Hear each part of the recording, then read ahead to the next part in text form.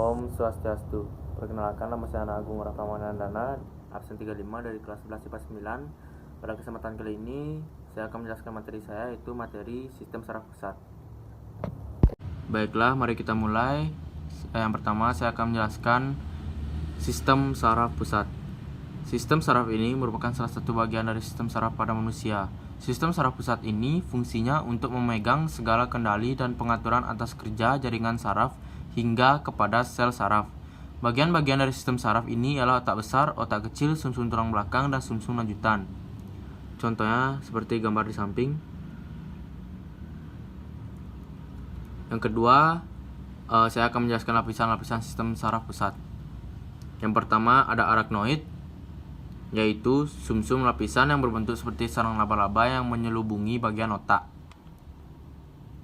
Yang kedua ada pia-mater, yaitu lapisan yang terdapat pada bagian dalam lapisan meninges. Lapisan ini merupakan bagian yang sangat tipis dan mengandung banyak sel darah merah.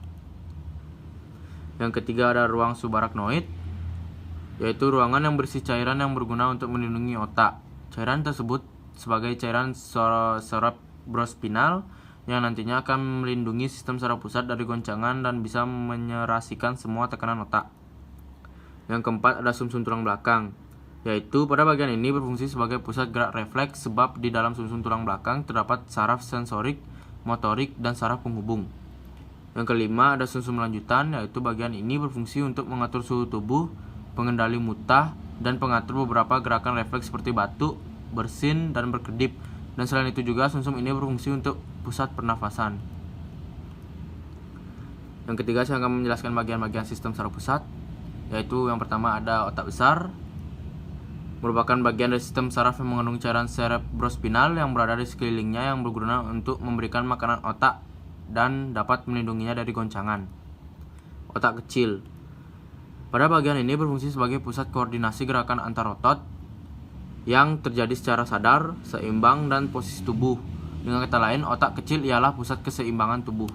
Contoh seperti gambar di samping. Otak besar terletak di depan dan otak kecil terletak di belakang. Baiklah, selanjutnya saya akan menjelaskan fungsi sistem saraf pusat dibagi menjadi 3 lapisan membran meninges. Yang pertama ada durameter, arachnoidea, dan yang ketiga ada pia-mater.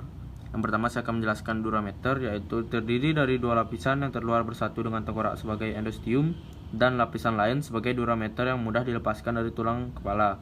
Yang kedua ada arachnoidea. Fungsi selaput arachnoidea di dalam otak ini adalah untuk sebagai bantalan untuk melindungi otak dari bahaya kerusakan mekanik. Yang ketiga ada pia-mater, lapisan terdalam yang mempunyai bentuk disesuaikan dengan lipatan-lipatan permukaan otak. Baiklah, sekian presentasi yang bisa saya berikan. Apabila ada salah kata, mohon dimaafkan. Saya tutup dengan Parma Santi. Om Santi Santi Santi Om.